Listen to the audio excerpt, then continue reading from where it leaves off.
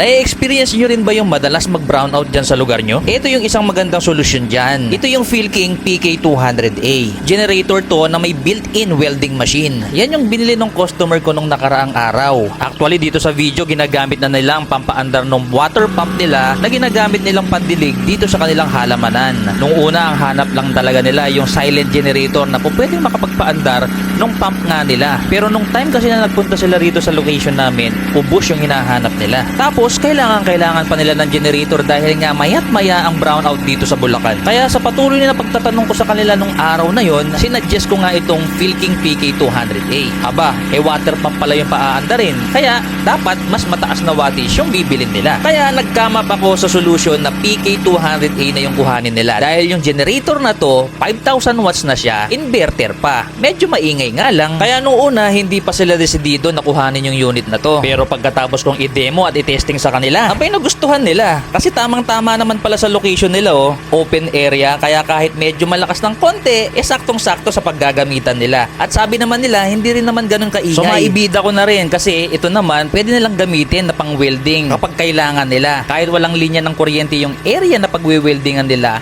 magagamit nila to. At dahil nga inverter to, pwedeng gamitin sa mga masisela na electronic equipments tulad ng aircon, cellphone, mga laptops, TV, at kung ano pang mga appliance niya sa bahay. Kaya nga kung sa location nyo ay madalas mawala ng kuryente tapos may ganito kayong business, o kaya talagang kailangan nyo lang ng backup power, tapos hindi issue sa inyo yung ingay, ito yung perfect sa inyo, nasa 34,500. Kasi yung mga inverter generator na silent ay medyo mas mahal siya mga kaibigan. 2-in-1 na to, mataas na rin yung wattage niya, at po pwede mo pang gawing welding machine. So kung gusto nyo mag-avail nito, i-message nyo lang kami directly dito sa ating page.